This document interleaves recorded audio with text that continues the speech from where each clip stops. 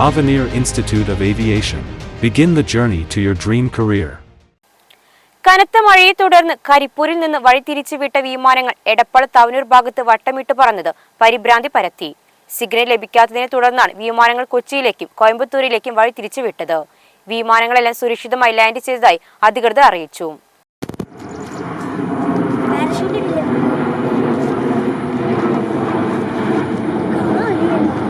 Signal ലഭിക്കാത്തതിനെ തുടർന്നാണ് Mumbai Karipur IndiGo Air, Bangalore Karipur IndiGo Air എന്നിവ കോയമ്പത്തൂരിലേക്കും, Dubai Karipur Air India Express, Sharjah Karipur Air India Express, Muscat Karipur Oman Air, Abu Dhabi Karipur Air Arabia എന്നിവ കൊച്ചിയിലേക്കും വഴിതിരിച്ചുവിട്ടത്.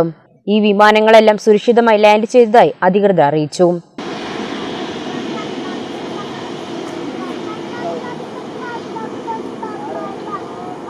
ഇതിൽ 2 വിമാനങ്ങളാണ് എടപ്പാൾ തവനൂർ ഭാഗങ്ങളിൽ ഏറെ നേരം വട്ടമിട്ട് പറന്നത്. വെള്ളിയാഴ്ച രാത്രി 6:30-നും 7-നും ഇടയിലാണ് അരമണിക്കൂറോളം വിമാനങ്ങൾ പറന്നത്. നാട്ടുകാർ നൽകിയ വിവരത്തെ തുടർന്ന് Edappal crime branch Karipur air traffic കൺട്രോളിൽ അറിയിച്ചു. അസ്വാഭാവികതയൊന്നുമില്ലെന്നും കനത്ത മഴ കാരണമാണ് ആകാശത്ത് വട്ടമിടേണ്ടി വന്നതെന്നും കരിപ്പൂർ എയർ കൺട്രോൾ ട്രാഫിക് അധികൃതർ അറിയിച്ചു.